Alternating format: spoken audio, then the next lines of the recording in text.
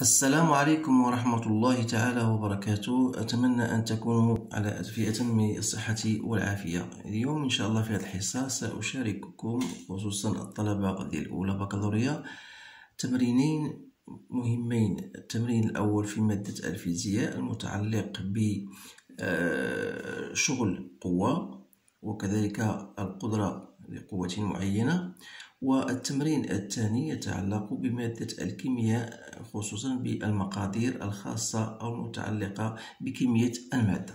إذن فعلى بركة الله. إذن التمرين هو الآن أمامكم كما ترون. يمكنكم توقيف الفيديو وقراءة التمرين بتمعن، ثم بعدها تجيبون عن الأسئلة المقترحة. إذن voilà, vous avez un esquimau qui tire un traîneau de S de masse M 15 kg le long d'un trajet ABC, comprenant deux parties. Une partie AB horizontale de longueur AB, 20 mètres, et une partie BC inclinée d'un angle alpha. Donc, le long du trajet AB, l'esquimau applique sur le traîneau S une force F, la voilà, constante d'intensité 50 newtons, par l'intermédiaire d'une corde, voilà, d'une corde passant par-dessus de son épaule. Cette force F est dans la direction de la corde et fait avec le sol un angle bêta. Voilà l'angle bêta. Voilà l'angle bêta. 20 degrés. L'ensemble, c'est-à-dire le traîneau et l'homme, il se déplace avec une vitesse constante de mètres. Première question, quelle est la nature du mouvement du traîneau pendant le déplacement AB? Calculer le travail de la force le long du trajet A vers B. Calculer la puissance de cette force-là, toujours le long du trajet AB. Déterminer le travail de R, de la réaction de la partie AB sur le traîneau. Déduire la nature de contact entre le traîneau et la partie AB. Deuxièmement, au point B, on fait annuler ou bien éliminer la force F et le traîneau poursuit son mouvement sur la partie BC. Mais cette fois-ci sans frottement. Donner le bilan des forces exercées sur le traîneau le long du trajet BC et calculer le travail de chaque force sur le trajet BC. إذن الإجابة ديالي عن هذه الأسئلة ستكون غالبا باللغة العربية حتى يتمكن الجميع بطبيعة الحال من فهم هذه المعطيات. إذن كل في الأمر هو أن عندنا واحد الجسم اللي هو ان ترينو، يعني فهو مشدوب أو يجذبه إنسان ما باستعمال واحد لاكورد، واحد القنبة. Donc il y a une force bien sûr F, la voilà,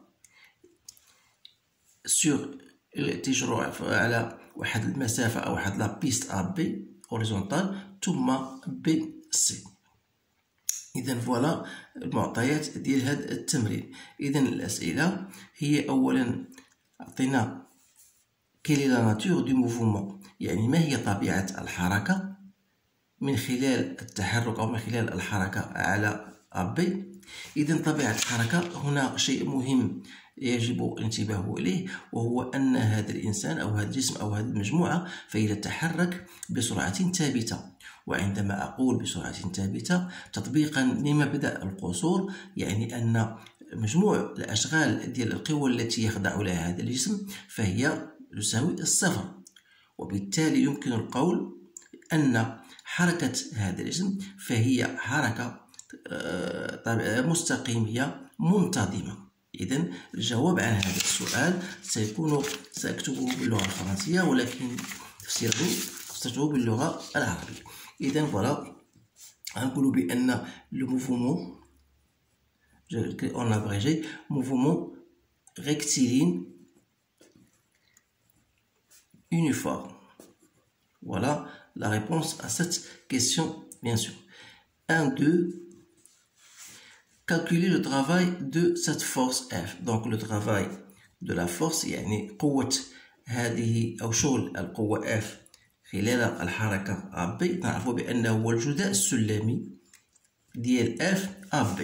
الجداء السلمي التطبيق ديالو هو المنظم ديال F، المنظم ديال AB، ثم كوسينس ديال الزاوية اللي كاينة بين F و AB. هذه العلاقة دونك غنديرو هي F AB كوسينس دونك بين F و AB هي بيتا. Donc il suffit de faire votre calcul, c'est-à-dire 50 fois 20 fois cos de 20. Donc ça me donne 139,7 جول.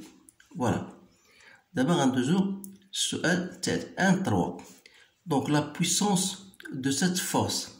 Vous savez que la puissance d'une force, c'est la force pour du scalaire de V. De la même manière, donc ça nous donne FV cosinus de bêta, c'est-à-dire 50 fois 2 fois cosinus de 20. Donc ça me donne 93,9 watts. Donc il ne faut pas oublier bien sûr les unités.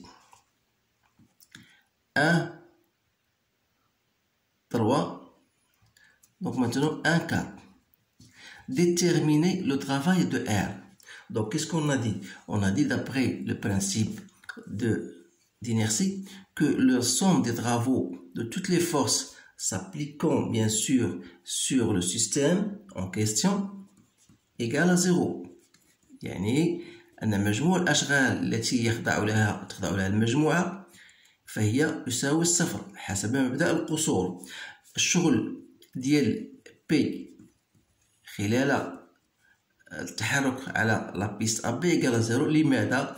لأن P أو القوة عمودية على لو تراجي AB أو لو فيكتور AB، وبالتالي ترافاي إيكال. دونك غتبقى عندنا هنا لو ترافاي دو R le long le trajet AB égale à moins le travail de F selon le trajet AB, c'est-à-dire moins 939,7 joules. Voilà. Donc c'est un travail, on peut dire que c'est un travail moteur, يعني شغل مقاوم. Voilà. إذن من خلال هذا تقدر terminer le travail de la réaction. déduire. Donc déduire يعني استنتج طبيعة التماس. تعرفوا بأن عندما يكون travail de R égale à 0 يعني أن le contact se fait avec frottement. Avec frottement. لو كان le travail égale à 0 يعني أن التماس يتم بدون احتكاك. هذا فيما يخص السؤال الخامس. الآن غنمشيو للسؤال الثاني. Au point P, l'esquimau, donc on a éliminé la force P, donc le système sera soumis seulement à deux forces. Donc voilà, je vais représenter ce système-là comme étant un corps S, donc il sera soumis à son poids. طبعا الحال الشغل ديال P دائما يكون عموديا على سطح الأرض. إذا فوالا P، ثم بما أن ليس هناك احتكاك غتكون واحد لا فورس قوة اللي هي عمودية على سطح غنسميها R. إذا غادي نقولوا جرد أو لو فيغ لو بيلون دي فورس هو جرد القوى التي يخضع لها الجسم. إذا هذه القوى ما هي؟ إذا القوى أو لي فورس auquel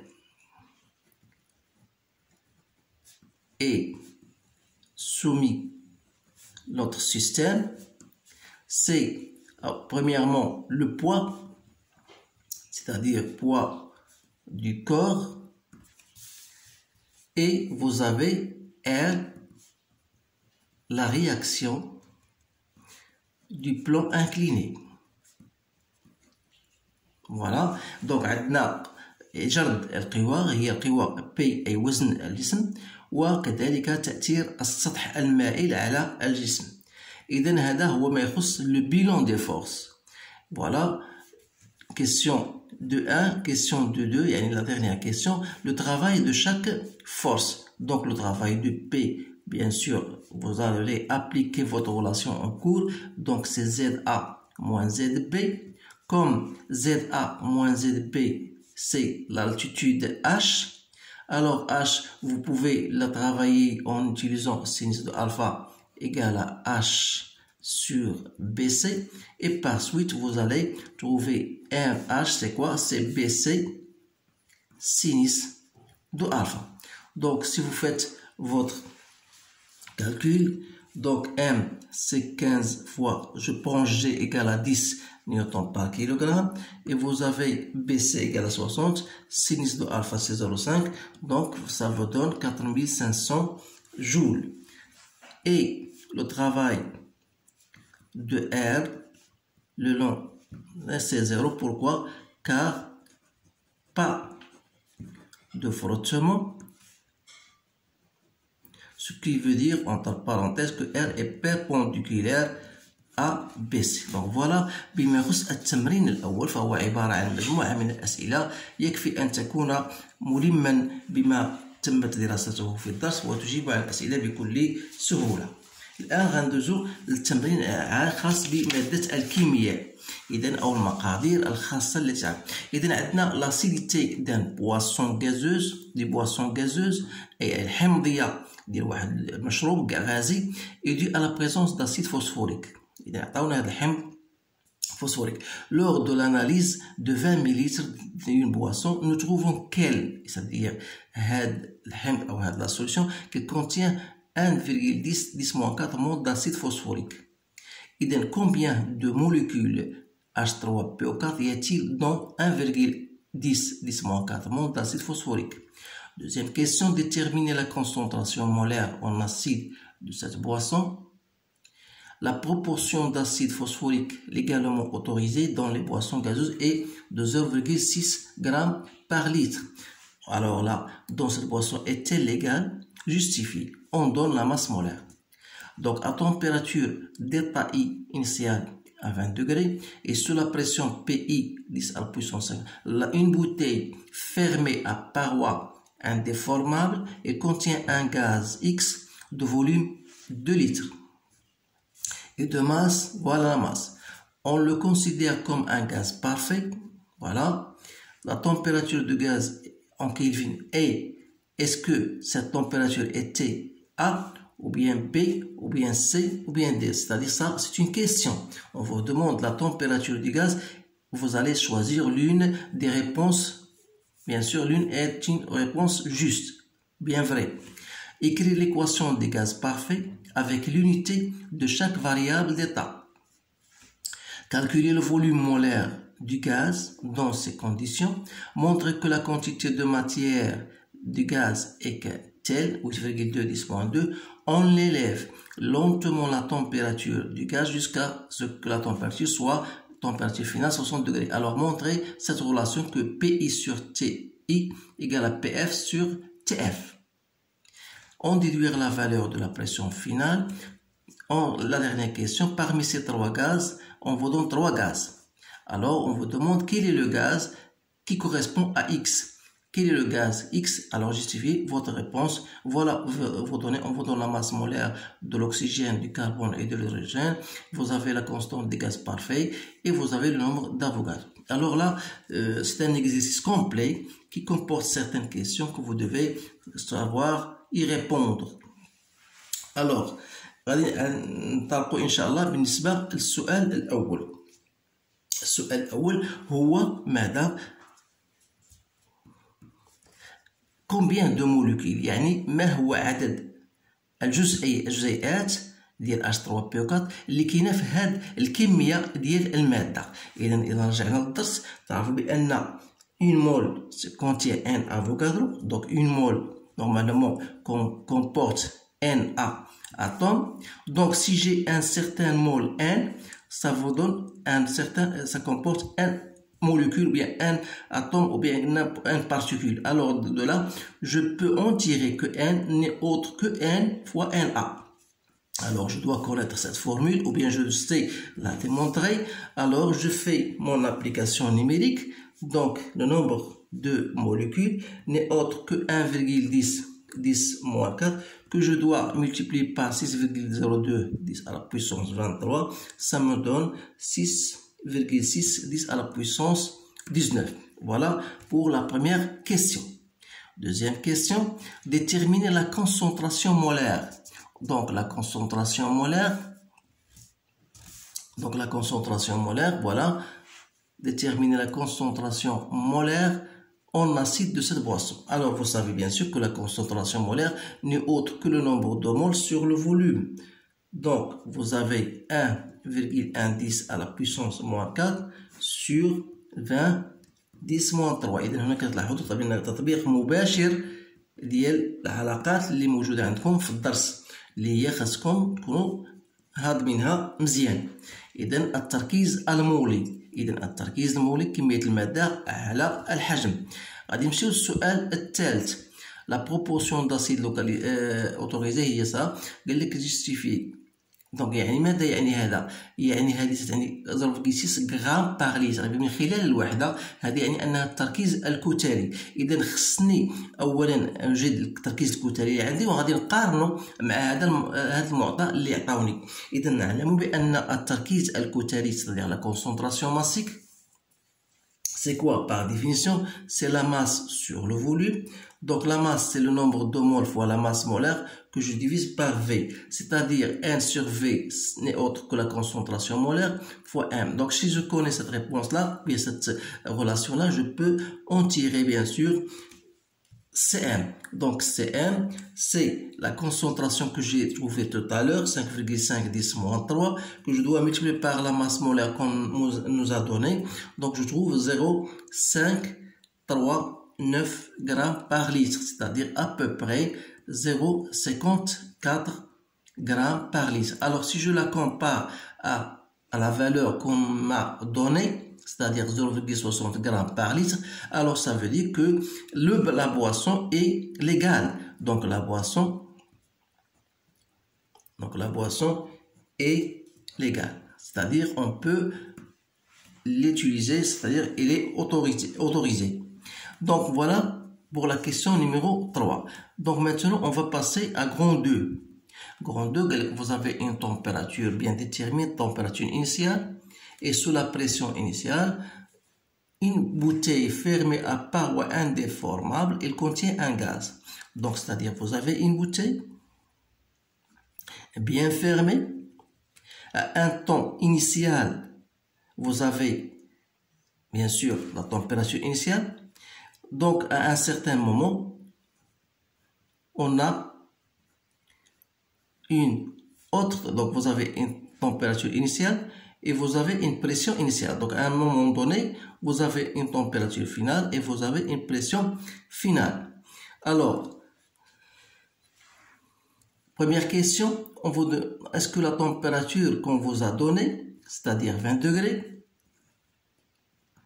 voilà, 20 degrés Celsius, c'est-à-dire on doit ajouter la valeur 273,15, je dois trouver donc pour la convertir en Kelvin, voilà, ça me donne 273 Kelvin qui est bien la question, ou bien la réponse B. Donc ça correspond à la réponse B. Voilà. Donc ça, c'est la question 4. Donc la question 5, écrire l'équation des gaz parfaits. Donc tout le monde sait l'équation qui nous a donné en cours, après la relation de Mariotte. Donc, on vous donne la relation entre la pression et le volume. Donc, PV égale à N RT. Ça, c'est la loi des gaz parfaits. Bien sûr, sans oublier que la pression doit être en pascal, V en mètres cubiques, N en mol et T en Kelvin. Donc, bien sûr, R, voilà, en pascal, mètre cubique, Kelvin moins 1, mol moins 1. Donc, sixième question, calculer le volume molaire du gaz X. Donc, il faut savoir comment répondre à ces questions-là. Le volume molaire, c'est le volume qui correspond à une mole. Donc, c'est le volume qui correspond à une mole. Donc, c'est-à-dire quoi? C'est-à-dire que je dois donner à N la valeur 1. Et d'après la loi des gaz parfaits, donc PV, ça devient PV égale à RT. Et le volume correspond à une mole, c'est le volume molaire. Donc le volume molaire n'est autre que RT sur P. C'est-à-dire je dois faire mon application numérique. C'est-à-dire 8,31 93,15 que je divise par la pression 10 à la puissance 5. Je trouve 0,024 36. C'est quoi? C'est-à-dire ici en mètres cubiques, bien sûr, par mol. Donc je dois le convertir, bien sûr, en litres. Donc ça me donne 24,36 mol. Litres par mol.